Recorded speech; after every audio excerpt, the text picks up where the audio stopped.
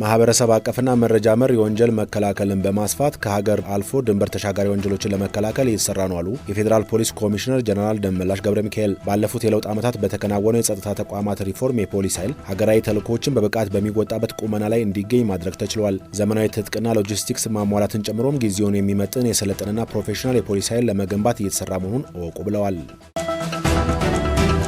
ኢትዮጵያ የባህር በር ባለቤትነት ጥያቄ ምላሽ ማግኘት ለዓለም አቀፍ የንግድ መስመር ደህንነት፣ ለቀጠናዊ ትስስርና የጋራ ብልጽግና ከፍተኛ አስተዋጽኦ አሉ የኢትዮጵያ ባህር ኃይል ዋና አዛዥ ሪር አድሚራል ክንዱ ገዙ። የኢትዮጵያ የቀይ ባህር ሉዓላዊ መዳረሻ ጥያቄ ታሪካዊ፣ ሕጋዊና ስትራቴጂክ መሰረትና ቅቡልነት ያለው ነው። ኢትዮጵያ ጠንካራ የባህር ኃይል በመገንባቷ የባህር ላይ ውንብድናን፣ ሕገወጥ የጦር መሳሪያ ዝውውርን፣ ሽብርተኝነትንና መሰል ስጋቶችን ለመዋጋት ከፍተኛ የትብብር አቅም ይሆናልም ያሉት። የዓለም ባንክ በኢትዮጵያ የመንግስት ልማት ድርጅቶች የሀገሪቱ በጀት ሸክም ከመሆኑ ወጥተው ወደ ስራ ዕድል አንቀሳቃሽነት እየተሸጋገሩ ነው አለ።